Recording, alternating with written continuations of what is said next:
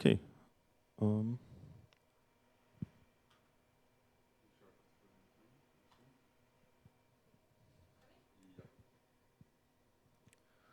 All right. We are back with another talk, this time over Zoom. And it's called Analyzing Radicalization on the Internet by Dr. Jürgen Grimm and Dr. Andreas Enzminger. Enjoy.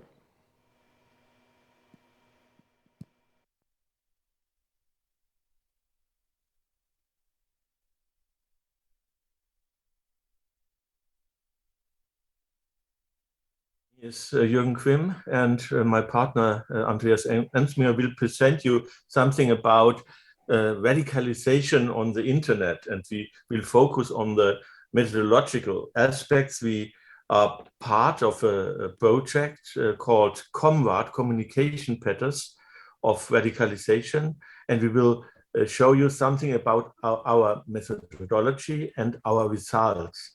The project is funded by the Austrian Academy of Science and the city of Vienna and the Verein zur Förderung der Medienforschung. It's a special interdisciplinary cooperation between communication science, computer science, and crime sociology. And this is, I think, very decisive to solve the problems in the context of radicalization.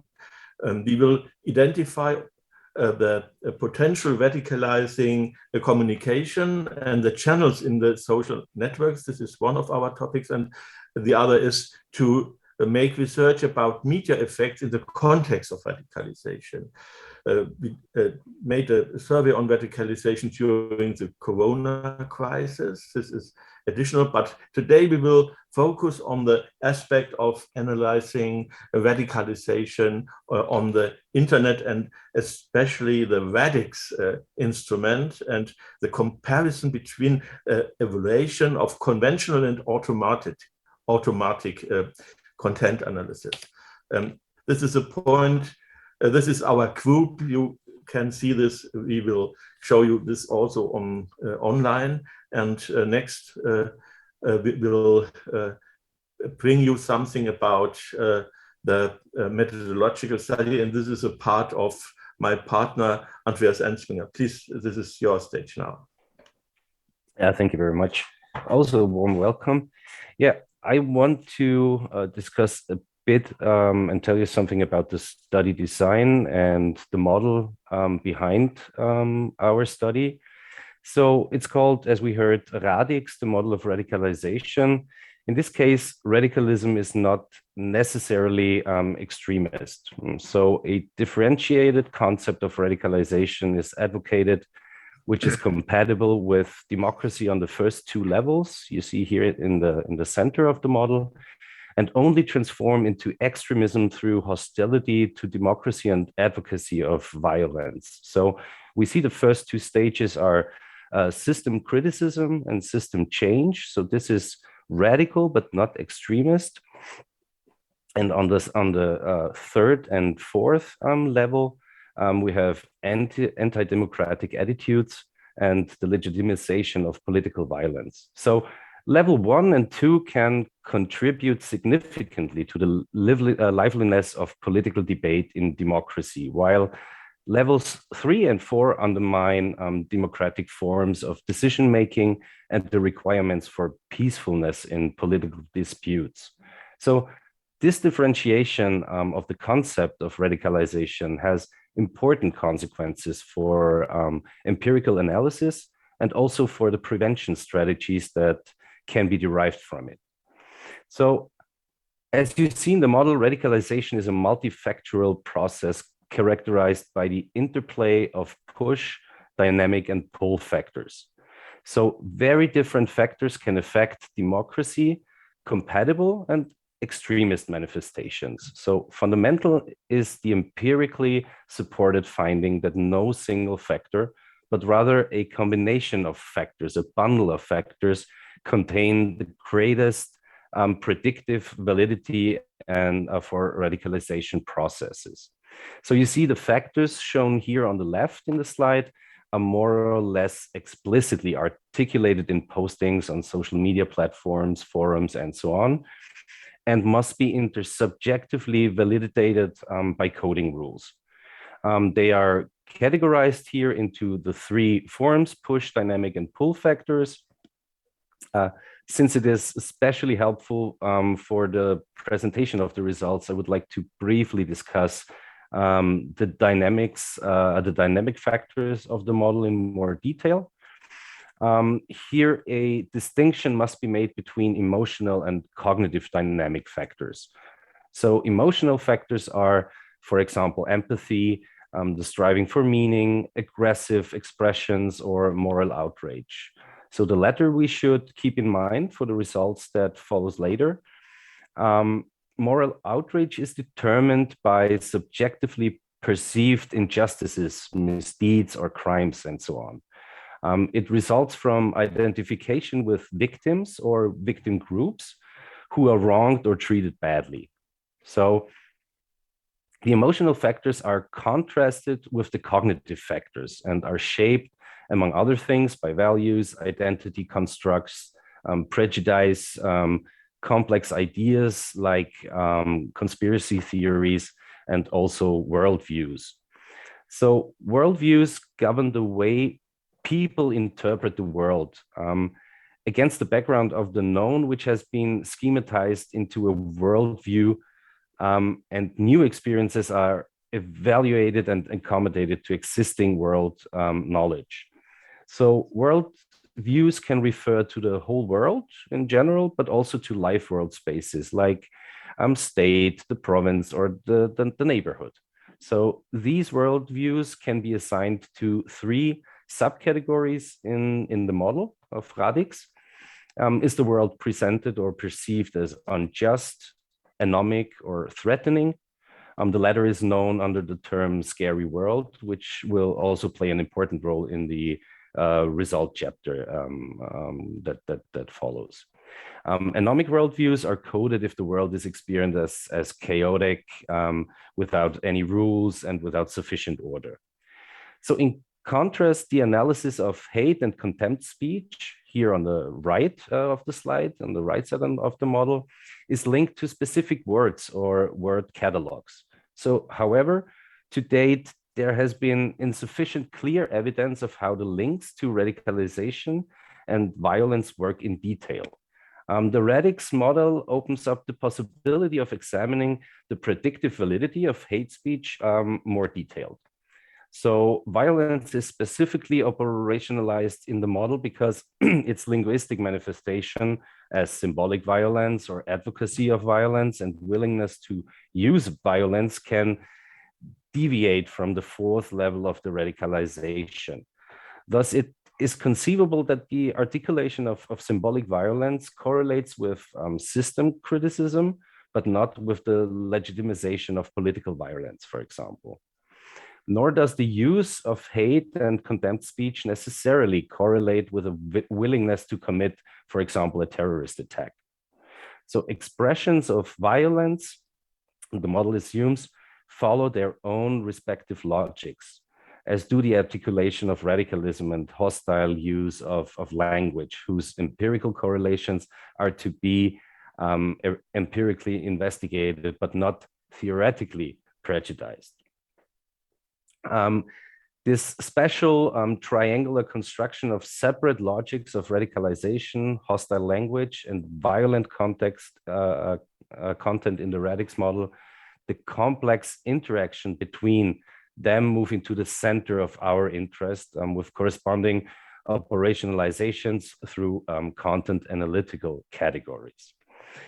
Just to give you an idea of the conventional coding, so the human coding of texts and postings, this slide shows three examples and its affiliations to the categories in the codebook that derived from the RADIX model.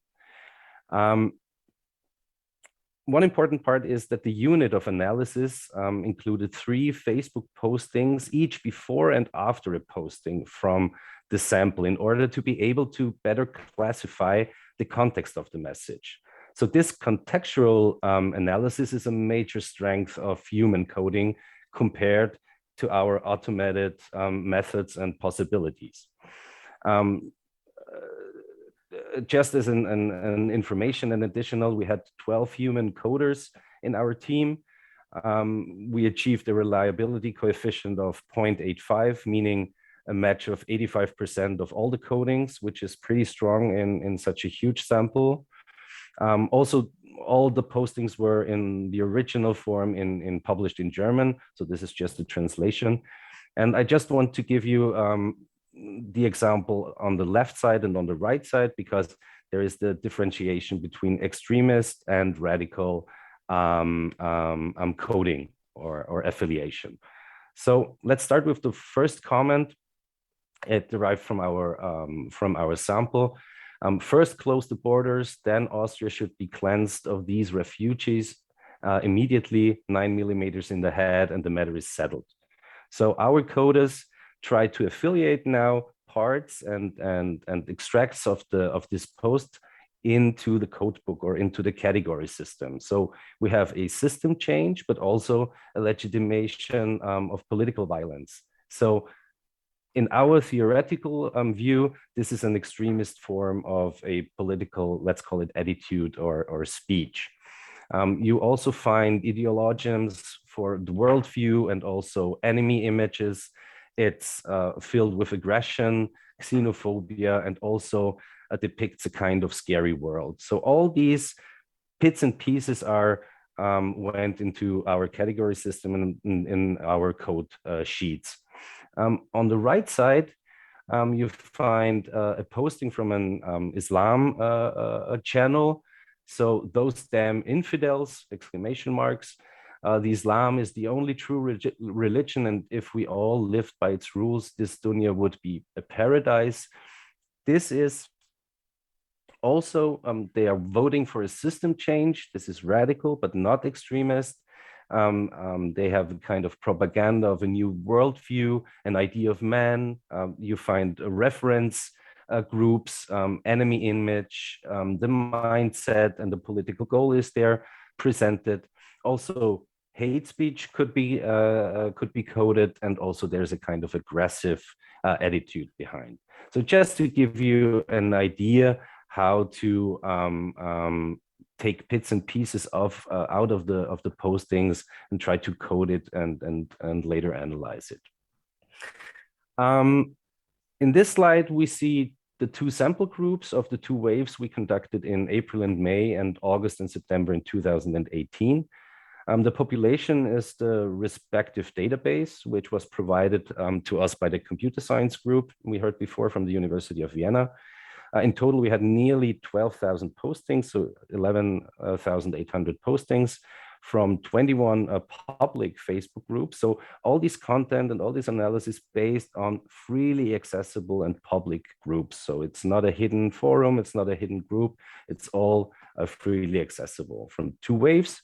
They were coded manually and also automatically, but more on this later. So the sample from both waves were combined into a core sample, and this forms the basis for the results that follow. The selection, as an additional information, the selection of these specific Facebook pages to be studied and the study period were determined by our communications group, and we based our choice on the results and the assessments of the Austrian Office for the Protection of the Constitution and Counterterrorism, short BVT.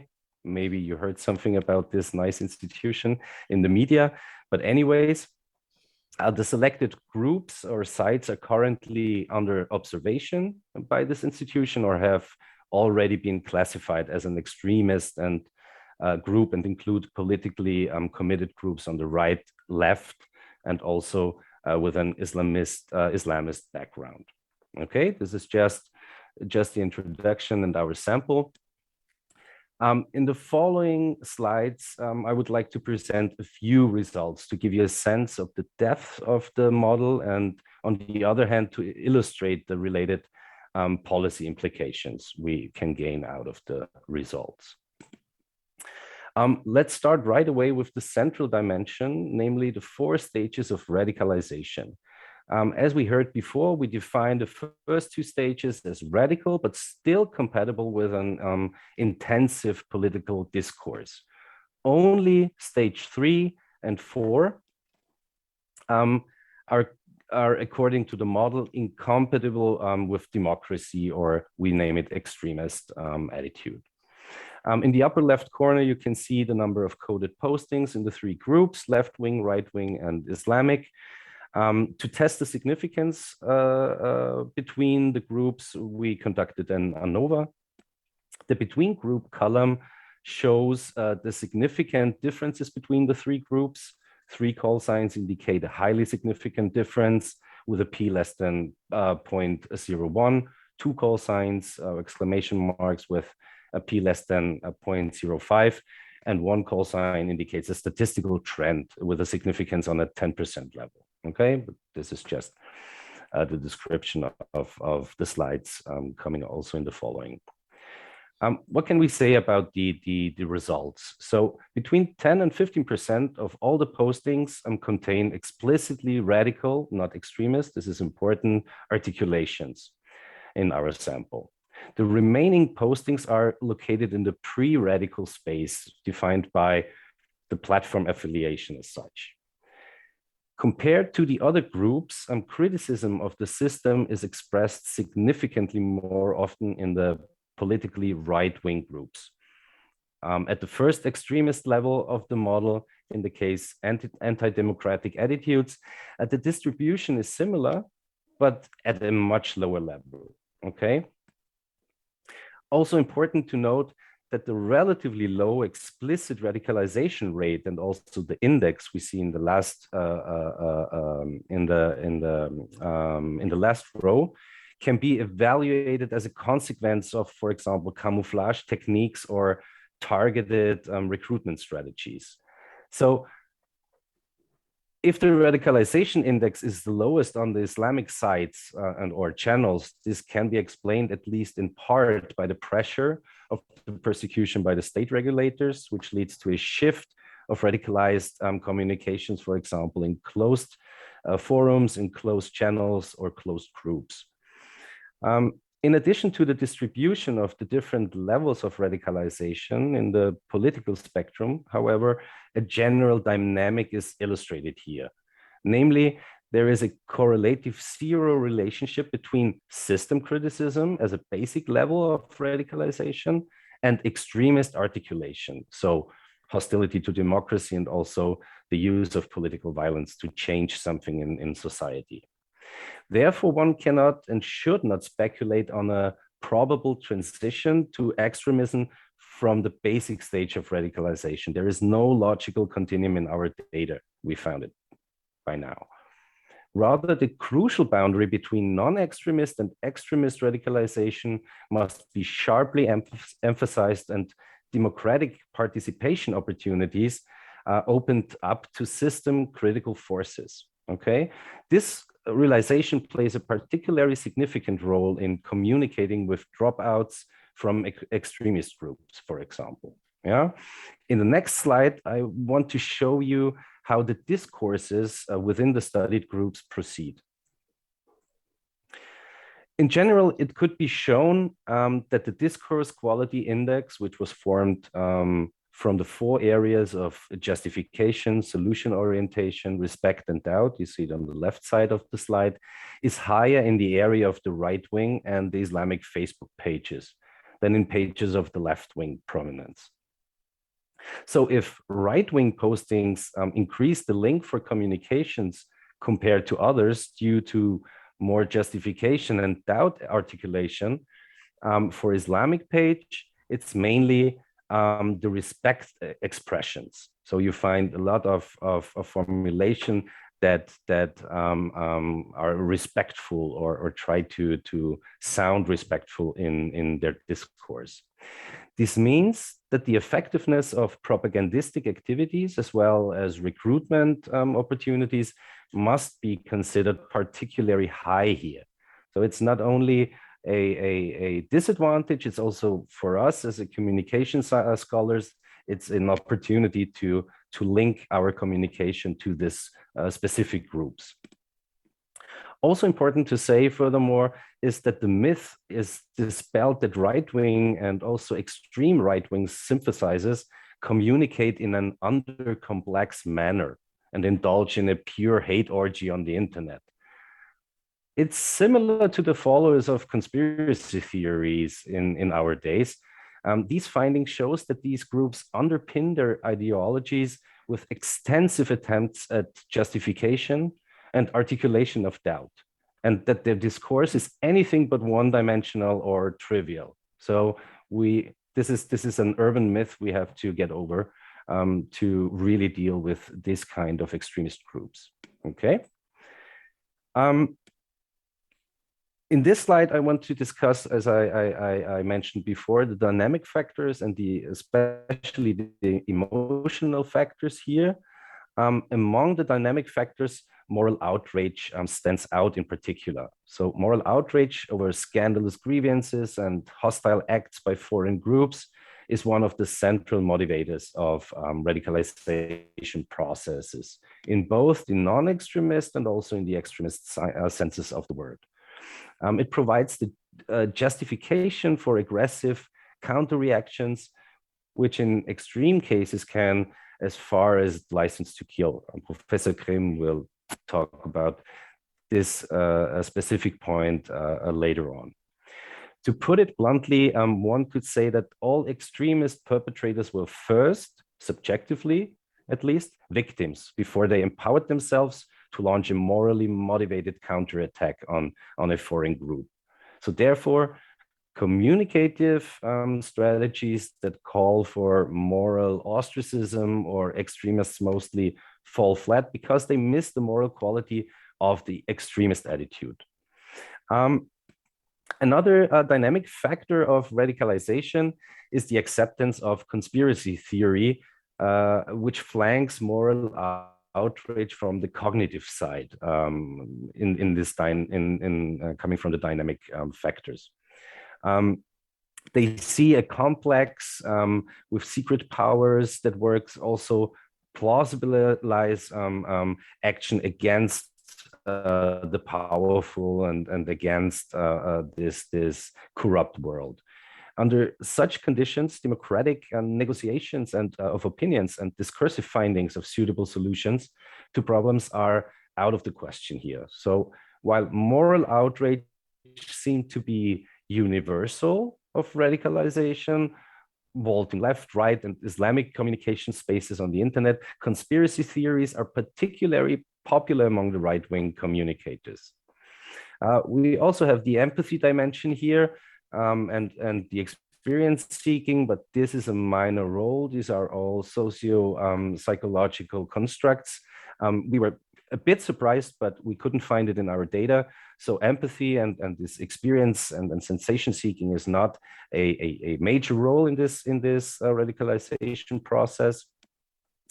When it comes to the striving for transcendence, this is defined in the category system as striving for a meaning in life, for a higher dimension that transcends mere self-realization. So for example, a post from an Islamic site is Allah gives me strength to go through all the agonies of life. This is found especially in the Islamic spectrum. And aggression is expressed more in the two political groups. A kind of Islamic restraint was detected in the sample. Could also be a plain camouflage tactic, yeah, to not be openly aggressive or hostile. Okay. Worldviews, they derive from the cognitive factors with a threat character. So in social psychology, we call it scary world. Are among the cross-cutting concepts of potentially radicalizing communication. So the transmission of the worldview is most intensive in the right-wing group. Scary world reference are quantitatively far more frequent than, for example, references to concepts of justice or anomic ideas, which are defined in the category system. For example, the anomic world is The world is experienced as chaotic, without any rules, without sufficient order, as we heard before. And unjust is refers to non-existent equality of opportunities and tendencies which state a kind of special morality for a certain group. So there are no particular amplitudes in the other worldviews, but as a pattern, the highest approval ratings also here in the right-wing extremist milieu. So in short, fear-driven imagination complexes give pre-radical and radical communication a strong psychodynamic drive. So de-radicalization approaches should therefore definitely include fear moderating offers. So you know there is a link, a communicative link to deal with their fears or with their anger, okay? And because this is also a part of our analysis and also of the model, let's talk briefly about the communication mode for a moment. The analysis showed that more than a third of all posting contain hate speech. All groups are affected by this. Also, the right-wing political spectrum showed here, as in the slides before, significantly higher frequencies. Furthermore, this group increasingly uses exclusionary terms in speech. So entire social groups are defamed and exclusion from society is demanded there. The third dimension concerns the dehumanization of certain groups. This mode is primarily used in the left-wing political spectrum. Although it must be emphasized that there are no statistical consequences for radical or extremist level of radicalization. We have there no correlation, and we can't find any connections here in the data. So as a short conclusion, we could say, just as the system criticism does not imply an automatism towards further radicalization, the use of aggressive language is not an unmistakable sign of extremist threats or tendencies. This is particularly true of the phenomena of hate and contempt speech, which the public and parts of the social science debate claim marks the first entrance step toward political violence. The findings of the RADIX analysis points in a completely different direction. Hate and contempt speech occurs frequently and then also frequently in the context of system criticism, but not in the context of extremist radicalization. This is very important as a theoretical basis. Here, expressions of exclusions are more clearer indicator of anti-democratic and violent forms of radicalism. So-called hate speech is too universal in this respect to yield a clear finding of radicalization, especially since it's often also and especially used in the struggle against extremism. Overall, the complex RADIX analysis tool has thus proven its worth, and it's able to generate the level of differentiation that is crucial for scientific advocacy and the relevance for socio-political actions.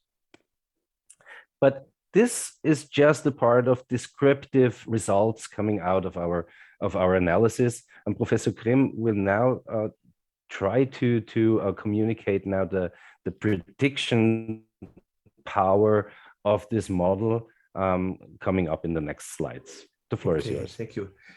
We change now the perspective from the descriptive analysis to the causal analysis. We want to know something about the causes of radicalization, and this is very important to find the right strategy to intervene in processes of radicalization.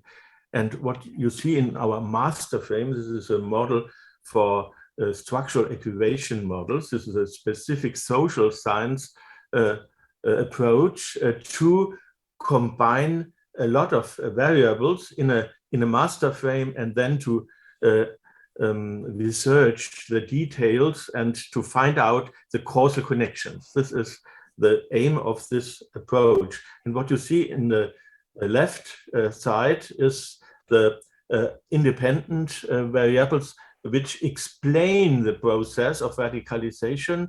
These are the social and personal structure. and, for example, the segregation feeling of persons and the integration or the deficit of integration. And in the middle, you see the personal structure. Is a human being more aggressive, less aggressive? Is he more empathetic or not? And all this are potential influencers of radicalization processes. The next group is the worldviews. We heard about this from Andreas, and here is important to see the two types of variables. You have the principal views. Andreas told about this carry world, anomic world, and unjust world, but you have also on the top the hostilization dimension. What does it mean? It means that you have the feeling the world is full of danger and threatening events, and then you react to find the responsible persons for this, and these are your enemies now, and you can fight against this. And this is a specific process inside the worldview management, we call it. This is not only a structure who is inside your thinking, it's also a dynamic process to manage and regulate your cognitive processes. And the third variables in our model are the emotions and motivation factors. We heard about this moral outrage, for example, transcendence, striving, and cocooning. Cocooning is a specific driving factor coming from the life world. If you have a feeling of threatening a world, then perhaps you tend to come in a room which is for you safe, and in this case you make the outgoing possibilities narrow, and then you are cocooning. You are inside cocooning and in the thinking and also in your feeling for life world. And the next is the cognitive and the linguistic style, the fighting mode and the hostile speech. Hostile speech we heard from Andreas, but fighting mode is the cognitive dimension of the hostile speech. And in general, our modeling is focusing on cognitive factors, and we are, after a lot of years of research, we have the opinion that the cognitive factors are more important than the poor language one. And you have to find out the connection between the linguistic level and the cognitive level, and then you are better to predict what we want to predict, violence and radicalization. This is the fifth part in this model. Now we will see something about other central epistemological interest in the explanation of radicalization. Cognitive variables are the main factors, but also social structure and linguistic style. Modularly structured, this is the main feature of this model, and it's applicable to different research questions. And I will now give you an example for this. And this is the structural equation model, which is asking for the influence of the worldviews to violence processes and radicalization. You see this in the left, a scary world and anomic world and unjust world. You know now this worldviews. And now we have on the second level, moral outrage and cocooning. I told about this. And on the third level, hostilization and the fighting mode. Fighting mode is a specific style of thinking. You think in categories of friend and enemy, and not in the categories of problems. What is the cause of a problem and how can you solve it? This would be the opposite of the fighting mode. And now the hate speech and the exclusionary speech are the two types of hostile language. And what you can see here is now the results of a structural equation analysis. You see the little numbers, and these are the strengthening factors of the variable towards the violent radicalization. And the specific profit you have from this modeling is that you can weight the influence, and you can use it to improve your prediction. If you have an automatic content analysis, for example, then you can weight the word list, for example, with this regression coefficients, and you will be better. You have more hits to find out the violent and radicalization processes, and not to have the problem Andreas told about that you have only a system critic, and this is not extremist, and you have to have more precise hits in this case. I will only, I think our time is a little bit running out, and in so far I have to shorten up this a little bit. Only the essentials are possible to explain to you. And what you see in the middle of the model is moral outrage, fighting mode, and exclusionary speech. These are the connection of variables who make the best prediction to violent radicalization. And you can see this on the numbers, and I will give you the chance to see this in a more detailed way, but now I'm not able to make the explanation because the time is not enough. But for the consequences, it's very important to understand what is a crucial point. This is the Robespierre effect.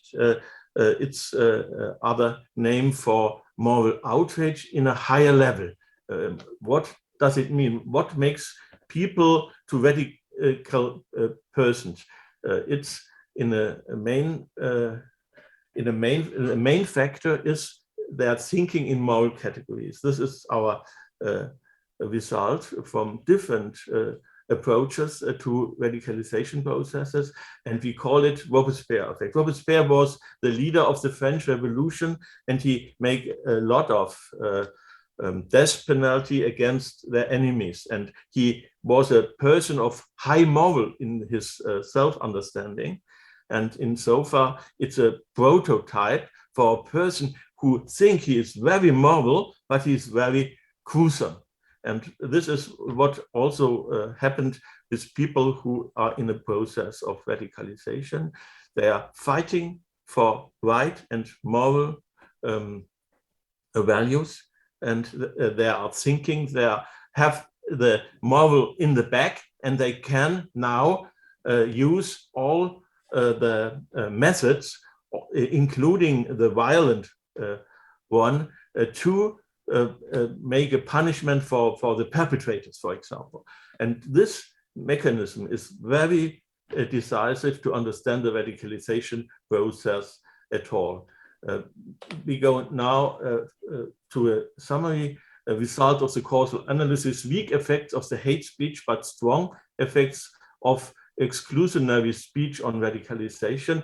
This is an affirmation of the findings from the descriptive analysis. We have weak direct effects from worldviews on radicalization, but if we see this together, the connection, the interconnection, the interplay between the variables, then our prediction is much better, especially the combination of scary worldview and Robespierre effect is equal to predict in a very sure way radicalization. And the most predictive combination is a negative worldviews in general, in the form of a scary world, unjust world, or anomic world, in combination with moral outrage, fighting mode in thinking. I explain a little bit about this. What does it mean?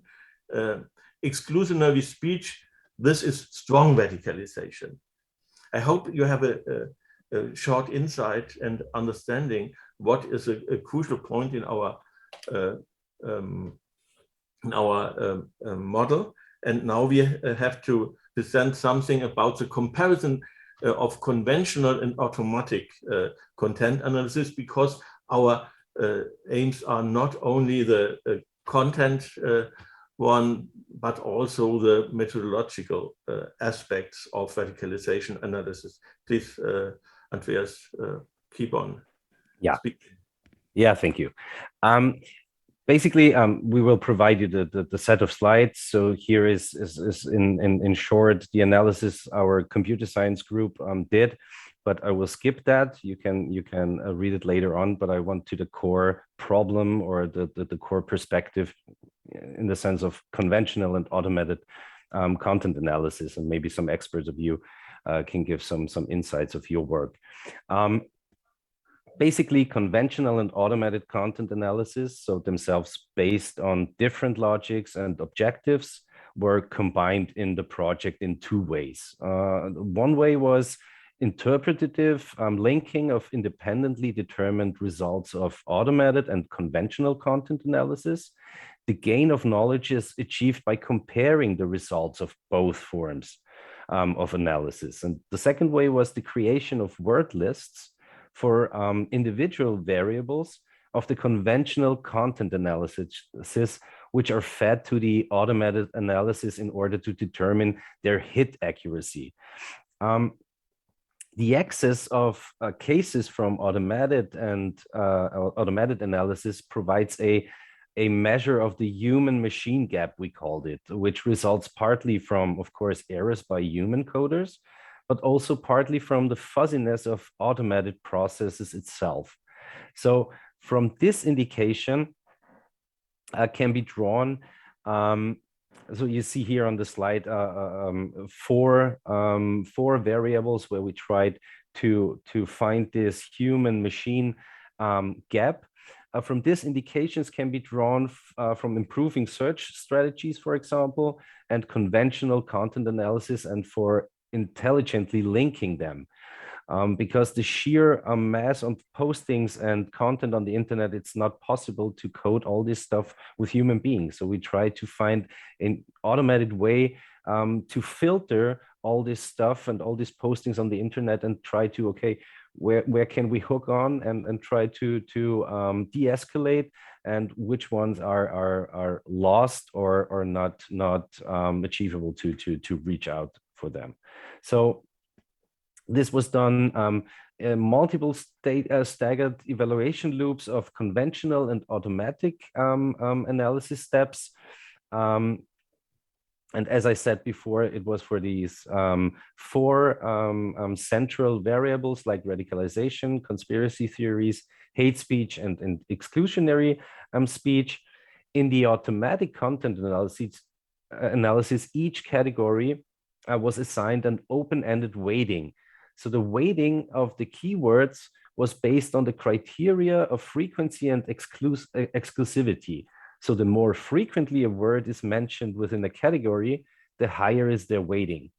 However, if the keyword in question is spread over several categories, for example, its weighting or its score is reduced. So the percentage agreement of the codes between the automatically generated and the conventionally coded data set is checked, as well as the number of excess applicable codes between the two data sets. So the error of the automated content analysis results from a rerun of the conventional analysis of excess cases. So overall, you see here in the slide, there is about 54% agreement or overlap between automated and conventional codings, with a significant excess of valid codings in the automated content analysis. So the differences, to make the difference shorter and make the gap shorter, this is our approach, or this is our main goal for the next steps in our project. We will provide you the slides, and you can go through every case. I'm sorry that we ran out of time. So we also presented some summaries concerning the combination of conventional and automatic content analysis. I also provide you the descriptive findings, but this is more in the back, and also the perspectives. So we have to do it on the linguistic side. We have to sharpen our tool, our automatic tool, and also our keyword search, and also fed our machine learning. But yeah, we ran out of time. So thank you for your attention, and we're lucky to have your questions in the next 10 minutes. Thank you very much.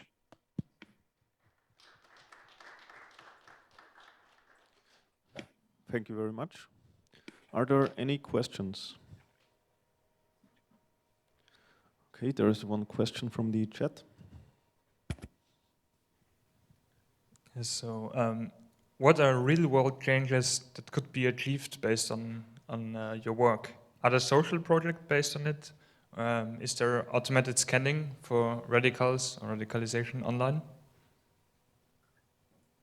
Sorry, I couldn't hear you good enough. Maybe you can write it in the chat. We'll try again. Before. Okay, I will read the question.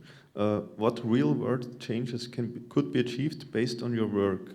Are there any social projects based on it? Or is there automated scanning for radicals online? Jürgen, did you understand it better? Not really. I heard something about, I think, a social project. Is there any practical implications? Is that right? Okay, I'll write it into the chat. I think that's... Yeah, thank you very much. Sorry. Yes, we are interested to make practical consequences from this. This goes in two directions. The first one is to learn about the methodological aspects, and we want to improve the combination of the automatic and the conventional approach. And perhaps I can explain what we couldn't do in the official time, our model to optimize this. And this is for me the most practical aspect. And we have also practical consequences for de-radicalization strategies, for example. But now the methodological aspect is the first step starts with the automatic data mining to create a big data corpus. Then you have to extract a random sample, and then you have a conventional content analysis to the random sample via RADIX. And then you create parallel a word list while coding social media posts on the level of the categories. And automatically learning is the next step to optimize this. You learn about which words are combined with the category word list, and then you can expand the word list. And the second step is find the best level of synchronizing of conventional and automatic content analysis. This was what Andreas talked about. And then causal analysis, which I presented, helps to make the prediction more precise and to help to weight the indication for radicalization by automatically analysis, use a regression coefficients to weight the word list and relate it to the predictive categories. And last not least, on the 9 level, you can apply the weighted categories in automatic content analysis to detect radicalization in big data, what is our main aim in big data of a defined area of the internet. Yeah, so we have now the question in the chat, so thank you for that. So yeah, I think the first step is to filter the whole quantity of the huge mass of postings, and you know, in the media and also in our discourses, hate speech is such a huge word, and it's so loaded like fake news that it's hard to handle in the practical world. So one step would be to find a differentiation between different communication modes and communication styles, yeah, to filter the mass of this huge pile of messages and postings on the internet, and of course the social projects. Maybe I wouldn't call it social in the first hand, but our partners from the Donau-Universität Krems, they working with the police and also with the intelligence agencies, because they also don't have the workforce to to go through all these messages and potential radical messages. So if we start to filter every posting with a hate speech, and we saw it, it's universal, it's in every political and also in this case religious group. So hate speech, as we heard it in the news, is not a suitable term for further analysis, because what we want is that the people on the border to extremist behavior, we can maybe find links for communication and for to communicate with those groups before they go in absolutely isolation and in secret forums or secret groups, because we have no action there. We can't intervene there, or we don't know where these groups are operating. So the first step, I would say, will be to find people who are at the fringes or at the border to become extremists or to sharpen their extremist attitudes and try to intervene there communicatively. But this is just the beginning. I think the automatic text analysis is 30, 40 years old, and we don't really, beside the big data and the huge computer power, this is the same problem we had like 30 or 40 years before. Yeah, Jürgen. I would additional one aspect I find very important. If you think in categories of causal connection of radicalization, then you have immediate profit referring to intervening points. I give you an example for this. We find out that moral outrage is one of the key variables of radicalization.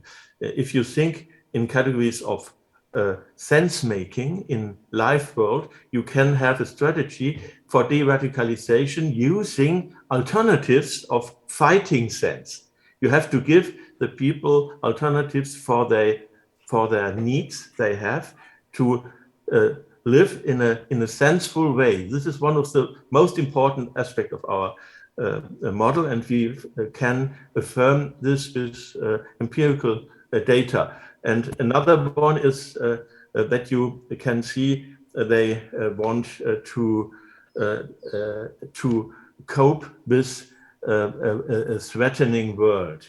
The scary world aspect is the most driving factor of the worldview level for radicalization. And this insight gives you an idea that you have to give also alternatives for coping with this threatening. Sometimes in the Corona crisis, we find out that people who fear the virus, they change the threatening by the virus through the threatening by the political management of the virus. And in this case, you have no chance to come up with this danger. Thank you. Thank you very much. Unfortunately, we've run out of time, so there are no more questions right now. So thank you very much for your great presentation, and we will have a short break. Thank you very much.